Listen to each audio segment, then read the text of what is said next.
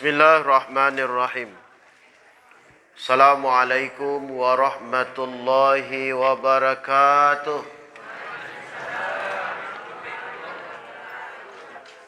Alhamdulillah. Alhamdulillahi rabbil alamin. Wa bihi nasta'in ala umurid dunya waddin. Ashhadu an la ilaha illallah wahdah la syarika lah. Wa ashhadu anna Muhammadan abduhu wa rasuluh sallallahu alaihi wasallam alladzi la nabiyya ba'dah. Allahumma fassalli wa sallim ala hadzal nabiyil karim. Allahumma salli ala sayyidina Muhammad wa ala alihi wa sahbihi ajma'in. Qala Allah Ta'ala fil Qur'anil Karim, a'udzu billahi minasy syaithanir rajim. Bismillahirrahmanirrahim. Wa man a'rada an zikri fa inna lahu ma'isyatan dhanka wa nahsyuruhu yaumal qiyamati a'ma. Thumma fi suratil ukhra, bismillahirrahmanirrahim, anishkurli wali walidayka.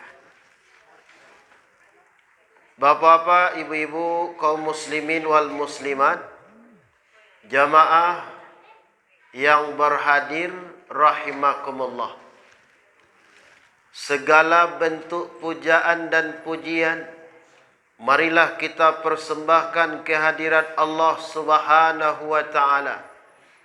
Pada malam hari ini alhamdulillah kita masih dicurahkan nikmat, diberikan hidayah oleh Allah Subhanahu wa taala dan diberikan kekuatan iman untuk dapat hadir ke rumah Allah dalam rangka berubudiyah kepadanya di bulan suci Ramadan yang mulia ini.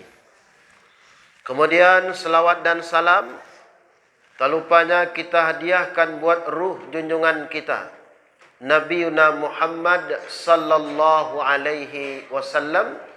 Allahumma salli ala sayyidina Muhammad wa ala alihi wa sahbihi ajma'in. Karena Nabi sallallahu alaihi wasallam, Bapak dan Ibu, pernah suatu kali beliau akan berkhutbah. Naik ke tangga mimbar beliau. Tangga pertama beliau mengucapkan amin.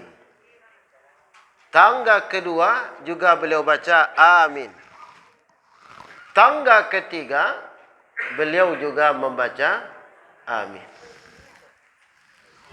Setelah salat Jumat, berkumpul sahabat kaduan Nabi. Sudah salat Jumat, sahabat dan di belakang tu berkumpul mengelilingi Rasulullah. Dan itu kebiasaan para sahabat.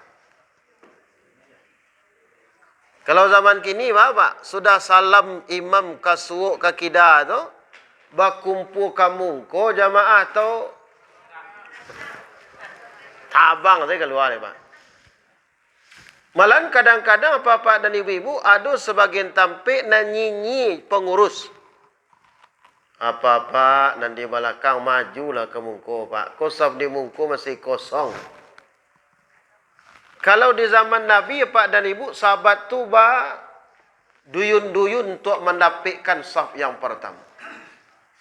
Kali itu sahabat mengelilingi Rasulullah. Bertanya sahabat, ya Rasul, tadi kami dengar engkau ya Rasulullah naik tangga pertama amin engkau baca, naik tangga kedua amin engkau baca, naik tangga ketiga juga engkau mengaminkan. Apa gerangan yang terjadi? Qala an-nabiy sallallahu alaihi wasallam, kecik Nabi apa ibu? Ambo naik tangga pertama, datang Jibril. Tiba Jibril kecik Nabi. Lalu dia berdoa kepada Allah. Ya Allah, berilah celaka orang yang datang bulan suci Ramadan dan dia hidup sampai akhir Ramadan. Lalu dia tidak mendapat ampunan dari Allah. Tidak diapuian dosanya di Allah do. Celakailah orang itu ya Allah. Amin, kata Nabi. Sebabnya orang tak dapat ampunan, bu. Ya kerana ini, nak mu minta ampun, pak. Puasa, tidak bulan puasa, Ramadan, tidak bulan Ramadan, dia senayan sehari, pak. Tak ada perubahan. Sedangkan bulan Ramadan, saya tidak kamu saji, boleh tidak bulan Ramadan. Kemudian Abu naik tangga kedua kecik Nabi, ya Allah, kata Jibril, celakailah orang. Inyo masih ada orang tuanya. Indaknya manfaatkan keberadaan ibu bapaknya sebagai wasilah dia masuk ke dalam surganya Allah. Tak berbakti je doh kecik Jibril. Ketiga, Muhammad, wahai ya Allah, celakailah ya Allah orang disebut nama engkau Muhammad. Dia berat mulutnya untuk berselawat. Amin, kata Nabi sallallahu alaihi. Lai sihat ibu-ibu? Alhamdulillah. Itu nampak lalu apa sihat, Pak? Alhamdulillah. Sihat lahir dan batin. Jasmani sihat, ruhani wa sihat pula ndaknya. Judul pembahasan kita malam hari ini dalam waktu yang terbatas, yaitu doa Jibril yang kedua, Pak. Bakti anak kepada ibu bapa yang sudah tiada. Iko jadi tanda tanya lo dia ambo Pak gini. Dan biasa anak-anak ko rami, Pak. Ko ditampi awak ko sakit anak-anak ko. Lain dah ibu larang nyo datang ke masjid. Indah dia, memang sakit yo. Oh nyolah kadang-kadang nak ketik nak boleh dah. Ha? Kampung kafe, Pak. Abu lah mau catat lah 5 malam mau mengaji, Pak, dari musajid ke musajid, ha? Ikolah nan paling nyaman terasa ni, Pak. Kalau tempat lain, la ilaha illallah. Anak-anak maheboh, apa anak maheboh je jadi masjid, Pak. Tempat lain, anak-anak ibu. Sehingga kecambo apa ibu? Muhammad Al-Fatih memang mengatakan, kalau musajid tidak tadanga suara anak-anak remaja, itu Islam sudah diambang kehancuran, kata dia. Atau kamu kecil lain tak apa ibu larang anak kau datang ke masjid je. Cuman bapak dan ibu tentu harus ada pembinaan di awak, Pak. Anak-anak datang ke masjid, nyo nyaman, nyo duduk serupai kuah, pun bagus. Kalau ditampil lain, Masya Allah. Kesalahannya mungkin barangkali kita ndak siap siaga. Siap siaganya Pak dan Ibu, ndak membina anak sabalunnya datang ke masjid. Cuba lawak keceng kenyo. Kamu saji nak jangan mai boh nak. Awas kalau mai boh, kalau mota dalam masjid beko, awas di rumah beko dapat bagian. Karena keceng Nabi apa Pak dan Ibu-ibu, mandahaka fil masjid zulumatun fil kubur. Siapa orang yang berbicara dalam masjid terhadap pembicaraan duniawi, Sampai tagalak-galak no mau ta dalam musaji, otanya ota dunia kata Nabi. Disediakan oleh Allah kegelapan dalam kuburnya. Oh, anak-anak tu kalau balik Ustaz lu mukallaf nyoleh dohon. Yo betul nani nyo ndak berdosa, tapi kalau orang gaib nyo ndak membinanya, bapaknya yang akan bertanggung jawab nanti di hadapan Allah Subhanahu wa taala. Baik Pak Ibu. Bakti anak kepada orang tuanya takkan habis karena orang tuanya sudah tiada. Dari Malik bin Rabi'ah, Pak Ibu. Kata Malik bin Rabi'ah, bainaman Nabi sallallahu alaihi wasallam inda Rasulillah. Suatu kali kami bersama-sama jo Rasulullah. Izja'ahu rajulun. Tiba-tiba datang seorang laki-laki kecik Malik bin Rabi'ah. Satunya tiba di hadapan Rasulullah sallallahu alaihi wasallam, faqal. Lalunya bertanya, "Ya Rasulullah, hal baqiya min birrin abawayya syai'un min ba'di mautihima?"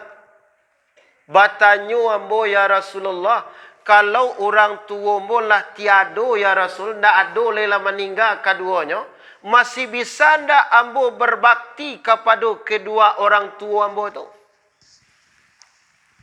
Dah faham ibu-ibu tu. Jo tanya selaki-laki kau. Orang tua ambo lah meninggal ya Rasul, masih bisa ndak ambo berbakti kayaknya? Jawaban Rasulullah faqal, "Naam, lai," kecik Nabi sallallahu alaihi wasallam. Bacaranya kecik Nabi sallallahu alaihi wasallam, salatu alaihima. Salatkan dia engkau jenazah keduanya ketikanya meninggal. Ketikanya meninggal, salatkan jenazahnya. Kecik apa? Ketika apa ambo meninggal, ambo sedang di Kalimantan Ustaz. Tiba di rumah tanah Tasirah sini. Kalau ada ilmunya dewa Pak, disitulah gunanya boleh kita salat gaib untuk jenazah apa tu mendiwa. Awak caranya salat gaib tu Ustaz, kalau tiba di rumah orang gaib awak letak kubur, boleh datang kuburan tu salat jenazah dalam keadaan gaib. Dan boleh lo di rumah dan boleh lo di mana? Di masjid dan lain sebagainya. Wajib tu Ustaz, dan wajibnya tak ada oleh Pak. Fardu kifayah lah selesai bu. Cuma awak ingin berbakti kepada orang. Ingat bapa-bapa dan ibu-ibu yang disuruh oleh Nabi SAW salatkan jenazah keduanya. Nabi tak perintah, tolong engkau jadi imam salat jenazahnya. Itu nak disuruh oleh Nabi dia bawa menjadi imam salat jenazah. Tapi Ustaz, kalau anak jadi imam salat jenazah orang gaibnya, bukankah itu lebih afdal? Iya, lebih afdal. Tapi anak yang seperti apa yang akan jadi imam? Anak yang terpenuhi syarat sah menjadi imam salat.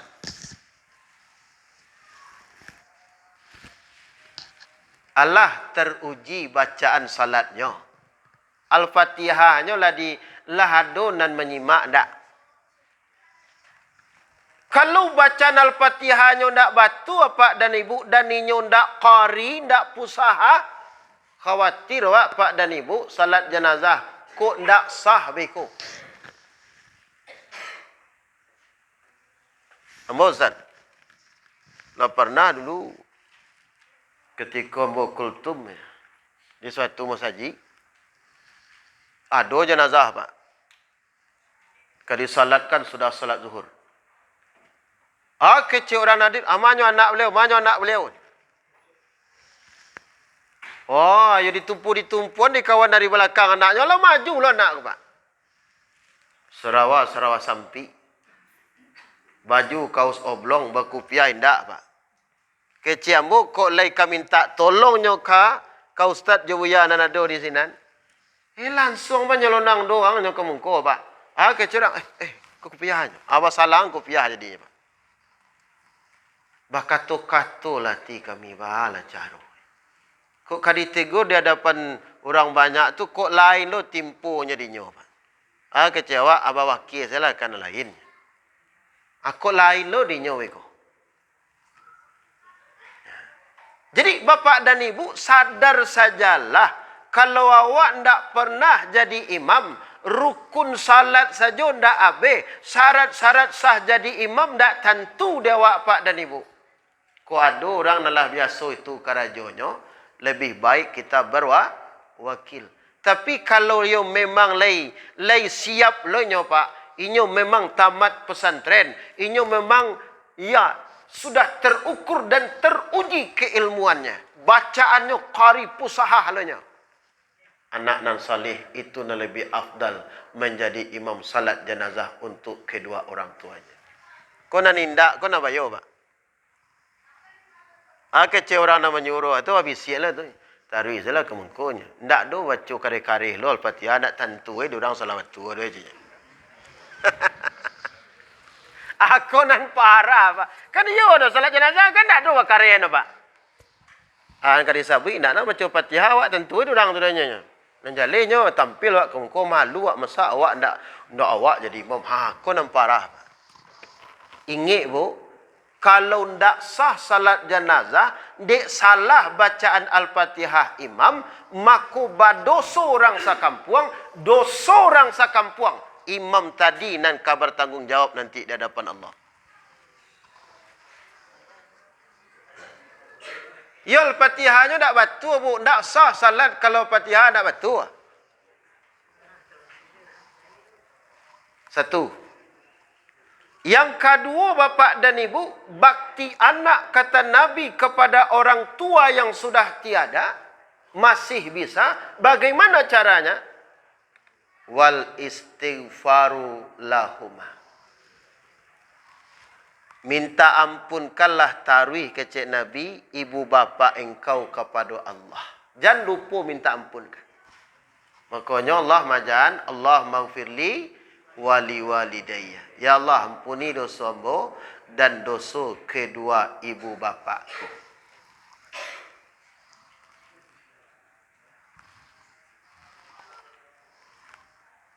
Nah, Pak, Bu, tutorian. Yang ketiga kata Nabi sallallahu alaihi wasallam, wanfazu ahadihima mimba di mautihima. Engkau teruskan kata Nabi amal baik yang sudah beliau rintis selama ini, taruhan amal baik. Nama akhir bu, muan suansu sejak kini. Kami nang gaik-gaik itu mati lagi kawan. Kalau ndak do dan kemudian kalian beko nang kemengantian kami ke surau lain. Kalau ndak langang majlis taklim awak besok, kalau ndak kalian nang kemengantiannya. Wasiatan kenya Pak. Tu namanya manarian amal baik nalah liau karajuan salamu. Kuadu beliau berwakaf Pak dan Ibu, pelihara wakaf beliau.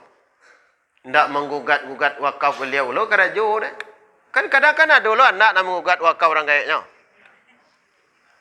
Apaknya jamaknya mau wakaf dulu meninggal Pak mandenya nyo gugat wakaf ko dia anak Pak, sama dengan merampas. Karena harta yang sudah diwakafkan itu tidak seorang pun yang bermilik lagi kecuali orang yang menerima wakaf itu, dia tak boleh pula bertasarruf. Wakaf kau terhenti, Pak. Dijual ke tak bisa. Ataruhan amal baik dan dikarajuan oleh orang tu. Kau iwak berbakti ke orang ni. 3. Kampe bapak dan ibu, wasilatur rahimin lati la tusallu illa bihima, kata Nabi. Kalau ada orang tua kaliannya kurang bailoan hatinya jorang sabalah atau jo siapapun engkau tahu. Minta maafkanlah dosa orang gai engkau kenyo, kemudian engkau berbaik dengannya. Dai paham ibu tu? Apa kasih na tu? Ndak basapuan orang gai awak jorang sabalah, kini leo lah meninggal. Ya kan? Awak lo mau nyi rumah kini ko. Jangan awak lo menaruhan ndak basapuan jorang sabalah. Tu bah caranya cari orang tu minta maafkan orang gai awak kenyo, sudah tu awak berbaikan jenyo. Itu anak nan berbakti ke orang gai. Piko adu anak nan menaruhan dandam ke sumat orang gai. Berartinya melanjutkan dosa orang tuanya. Aku namanya Pak dan Ibu dosa jariah. Itu istilah bol Pak, dah istilah Nabi tu dah. Nyo ndak sedekah jariah sana ada Pak, dosa jariah do. Jantaronya itu melanjutkan dandam ke sumat orang gai. Melanjutkan gaya caro manggalih orang gai nan ndak betul. Atau menaruhan haratu riba orang gai. Itu dosa jariah nama itu Pak. Lah jalih pecik gadai ko haram. Pecik gadai ko adalah riba difatwakan oleh ulama. Kecik beliau. Ini niat dan dulu, niat dan dulu nak menggadai serupa iko konyo. Kabar-kabarnya 30 rupiah dulu konyo. Sabalunnya tabui orang tu yo nak kamu adenanya. Bu, berarti cucu manaruihan doso apa mandenyo, manaruihan doso inyo, inyo badoso, apaknya badoso, inyaknya menerima doso dalam kubur. Kenapa? Meneruskan dosa yang dikerjakan oleh orang terdahulu. Kalau iyo awak namanya berbakti ke orang gay, putihan dosa tu. Baca ronya Ustaz, agian saya lah punya orang tu lepu. Dah 50 tahun awak melansan. Ya nak? Oh, kok para orang nan pecik gadai. Kok sawah orang nan pecik gadai. Bara hasilnya dapat dah awak. Anggap saja nan salamu ko hasilnya. Ko sebagai tebusan. Agian saya punya orang. Lagiannya kan tak ratu awak dah itu dah. Kan tak awak punya orang ibu. Nyo dah tunyik awak dulunya. Mengalau awak ibu-ibu kini. Gian saya lalai. Supaya lapih dari dosa. Terakhir bu, kata Nabi SAW, wa ikramu sadiqihima. Muliakan kawan-kawan daki orang tuamu. Jo siapa awak bakawan daki, saili semua dia, kasurau semua kasurau, baralik semua baralik. Kona lain-lainnya, meninggal pak awak siapa kawan daki beliau, muliakan, hormati.